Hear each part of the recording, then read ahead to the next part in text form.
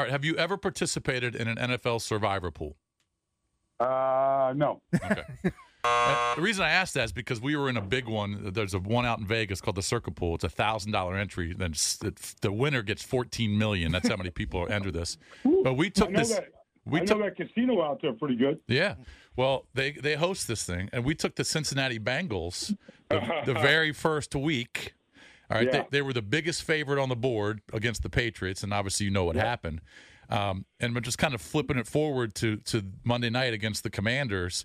The Bengals should have beaten the Chiefs last week. And give us your thoughts on that game and how that finished. But the Bengals are desperate for a win at home on Monday night. And we've seen how the Commanders' offense has struggled, certainly in the red zone. Just want to kind of get your thoughts on the Bengals and how desperate they are, even though they've had some, like T. Higgins out and they've got some injuries. But I just think that they're going to get a win. I mean, I did that game last week in Kansas City. Right. So I saw it. I mean, that was a gut punch. They were up by 2 points with under 2 minutes to go, and the Chiefs were faced with the 4th and 16. Yep.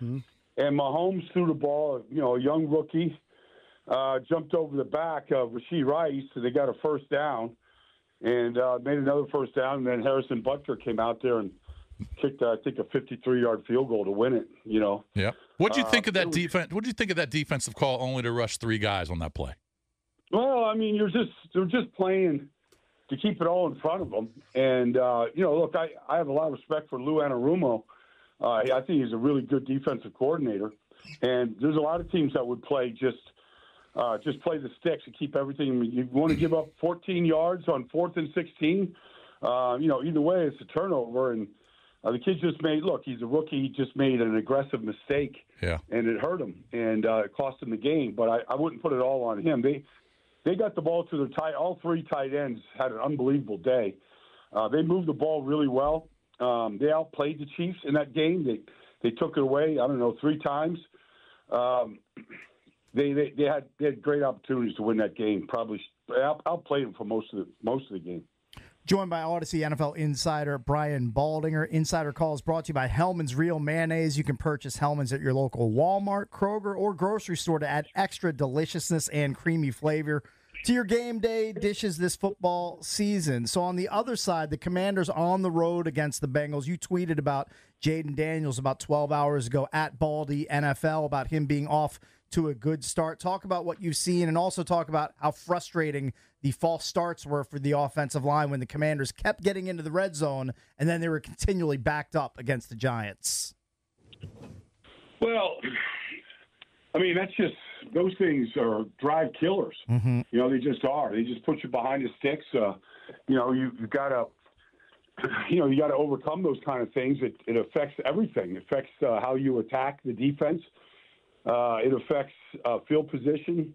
They move the ball continuously. I mean, the final drive was great. I mean, the throw to Noah Brown over the middle, really killed the Giants, got them in the field goal range there with under 2 minutes to go. So that was a big-time throw by Jayden. But, yeah, I mean, those things are drive killers. Every coach, Cliff Kingsbury, Dan Quinn, I mean, nobody's happy when those things happen. They basically, look, Cornelius is doing the best he can. He's been in this league. I like Cornelius personally. So, I mean, I knew that kid when he was in college. For that kid to still be in the league 10 years, 11 years now, it's pretty remarkable that he's still out there. But, it's just they got to be able to what they call hold the water right there in that situation. Do you put all of that on the offensive line, or could some of that be just the cadence and maybe just miscommunication from a young quarterback? Yeah, you hope, you don't want to – the quarterback's got to do what he's got to do. I mean, you do get more comfortable the more – you're around a particular quarterback, but I wouldn't put that on Jayden. The job of the offensive line is basically move when the ball moves and not before that. And you got to listen to it and everything, but sometimes you just got to trust your eyes, and just be able to stretch your eyeballs, see the ball, and see your man at the same time. Have you been impressed by Jayden so far? Yeah, I have. I've been impressed. I've been impressed by he's run 26 times. Yes. That's not a good formula. I mean, there's a couple of designed runs for sure. On that final drive, there's a good run. But for the most part, that week 1 against Tampa, I don't know, Todd Bowles was blitzing them when they were up by 25. late in that game, in the final 2 minutes, he was still blitzed. I mean, he saw a color coming. He was going. And, last week there was a lot of runs where I think he could still stay in there an extra tick. I'm not going to tell him not to go. He's so good at it. But, I saw the Giants last week plant him into the turf by two rookies, that Tyler Nubin and Andrew Phillips. And that's not nobody. He's not a big kid to begin with. But nobody is going to survive. Josh Allen is going to survive those kind of hits if you continue to put yourself in that position. Baldy, I know what you haven't been impressed by, and you tweeted about this yesterday too. The NFC East as a whole's run defense. The Commanders are allowing 4.6 yards per carry. The Cowboys 4.9 yards per carry. The Giants 5.3 yards per carry. And the Eagles allowing nearly 6.5 yards per carry against opposing rushers. Something's got to change going forward for these teams, or they're just going to get gouged every single week. Well, they are, and that's where the league is going right now. The teams, I saw Joe Mixon carry it 30 times against the Colts week one. He had 159 yards. They went up that same Indianapolis Colts or that same Houston team last week, saw the Chicago Bears, and the Bears completely shut them down. And all it was just good run fits, gap defense, gap integrity, and they just squeezed the run. And Joe Mixon had nowhere to go. And, he popped one run last week, but he was nowhere near. He averaged less than 2 yards a carry last week. But when you play good run defense, and that's what Matt Eberflus did last week, you can see the difference. The Eagles have no idea what gap defense looks like. They're just very, very undisciplined. I don't know what's being taught by Vic Fangio, but it's an issue. Dallas had the same thing happen to him last week. New Orleans ran around them. They ran through them. Look, it's nobody wants that on the resume right now. And so if you don't fix that, and, I always say September's the new August, all right? Nobody really does anything in training camp anymore. But if you can't get your run defense fixed, I know plenty of coordinators that go, okay, we'll run it 40 times today, and we'll melt the clock, and we'll control the game. Mm-hmm. And Baldy, the Eagles better buckle up because they have a road trip this weekend to New Orleans. Sure do. And you touched on them. They've scored 91 points. Clint Kubiak has been running a masterclass with the pre-snap motion and the complex looks he's giving defenses. So the Eagles, they've got AJ probably going to be out again. They've got a lot to deal with this road trip this weekend to the Superdome. There's no doubt. They could have easily won that game last week if Saquon catches that ball in the end, or if they run it instead of throwing it on 3rd and 3.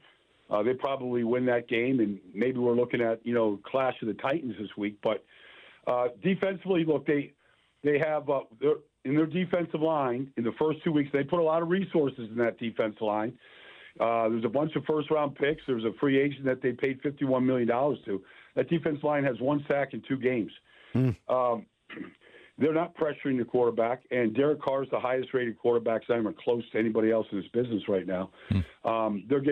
They fixed their offensive line. That Taliasia Fuaga is a mountain of a man at left tackle, and they're a left-handed team. They run behind him a bunch. He's been excellent. That's a difficult offense. I'm going to be down there on Sunday. That's a difficult offense to defend. It's interesting, though, like every team is a little bit different in their approach. Even this little kind of silly big nothing burger kickoff rule. That team has put every kickoff in play so far. They don't believe in kicking it out of the end zone. They believe in covering the kick. Mm-hmm. And, they've limited the other team's starting field position to the 27-yard line. Doesn't sound like a lot, but I believe that your defense is an extension of your kickoff coverage team. They're letting their linebackers and defensive backs go down there and make tackles. I'm kind of actually looking forward to talking to some Saints about that and what their thinking is.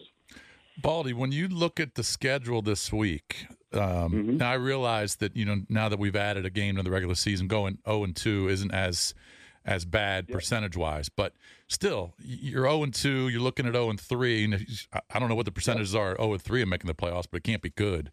But there are some teams. I already mentioned the Bengals at 0-2, so they're desperate. The Ravens, Jacksonville playing in Buffalo at 0-2, and Trevor Lawrence has looked terrible. The entire offense has in 2 weeks. The Ravens are going on the road to play Dallas at 0-2. I think the Rams are done because of their injuries, so they're probably cooked. Mm-hmm. But how many of these 0-2 teams do you feel like they still have a legitimate chance? Ravens, I guess you believe they do. I believe they do, although, how far can you fall behind Pittsburgh right now at 2-0? And, defensively they're playing as good as anybody in this business, and they're kind of hanging in there. And, it's going to be a great game, actually. One of the better games this week with the Chargers going there, the style of play, right? That Jim Harbaugh is emphasizing right now. So that's going to be great. I mean, seeing the rookie Joe Alt against T.J. Watt, I can't wait to watch that, just that little individual battle. But, yeah, I mean, Houston and Minnesota, both those teams are 2-0. Somebody's going to be 3-0. And who would have thought that Minnesota could be in that position? But, yeah, if Baltimore falls if they fall, to 0-3 with a trip to Dallas, that's going to be a difficult crypt to come out of. There's certainly, but even at 0-3, if you figure out what isn't working, whatever that is for any team, all you got to do is start stacking some wins, and you can climb out of it. Might not be until November, but you can get back out of it if you start putting that streak together. So, Baldy, you got a game tonight, Patriots at the Jets. I saw you did a film breakdown of the Jets. Obviously, the spotlight's always on Aaron Rodgers, but it's the two running backs doing the damage there, right? They scored all the touchdowns last week. They were really – I mean, if you went out to any OTA or you went out to, summer camp this year, they drafted two running backs, Braylon Allen in the third round, Isaiah Davis out of South Dakota State. They're both huge. I mean, Braylon Allen's 240. But the one thing that jumped out at any practice you went to, they both catch the ball really well. And as does Bryce Hall. And they scored all their touchdowns last week, one on a screen, one on a go route to Bryce Hall. They put him out there on the outside against the middle linebacker, and Aaron Rodgers wasn't looking at anybody else but Bryce Hall through an absolute dime. They hope to be able to stay in their offense, keep the running game going, and be able to run both backs. And, if you get Braylon Allen up to 10 carries in a game, which is possible, he's going to punish you. Like, he is a big, strong, tough back. I mean, a lot like Brian Robinson is. He's probably bigger than Brian, but he's very talented. The two of them are a real strength to this offense. All right, last question, Baldy. Give me your thoughts on the struggles that Bryce Young's going through. Just kind of watching him on the sideline, on the bench, when coaches are coming over to talk to him after he throws a pick or they have a bad drive. He's got zero confidence, zero. And, of course, he's been benched. So give me your thoughts on how they've played it. Do you think that they should have benched him? And, I don't know, what do you think the future is for the kid? Well, I don't know if it's a permanent benching, but, his first pass against New Orleans a couple weeks ago was an interception. Right. He threw it. Now, I don't know what Deontay Johnson was doing. He looked like he gave up on the route, so the quarterback falls on the quarterback. But the problem right now, and probably why he got benched, is you can see, and they've been dreadful in offense, but they're dreadful everywhere right now. Yes, they are. But none of the team has confidence in them. You can just see how the receivers, when it's another errant throw or just a scramble or whatever it is, they're just walking off the field hanging their heads. And the quarterback isn't giving the team any confidence.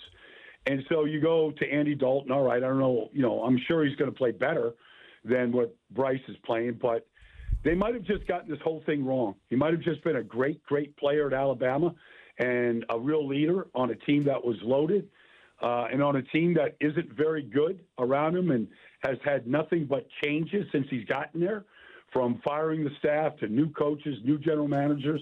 Like, all of the transition isn't helping him at all. But that being said, you just don't see the necessary skills. It's early, but you just don't see the necessary skills that you need to move an offense. He could be the next Zach Wilson. Well, I mean, Zach, he could be. Yeah, he could be. I mean, Zach won a few games. He made some good throws.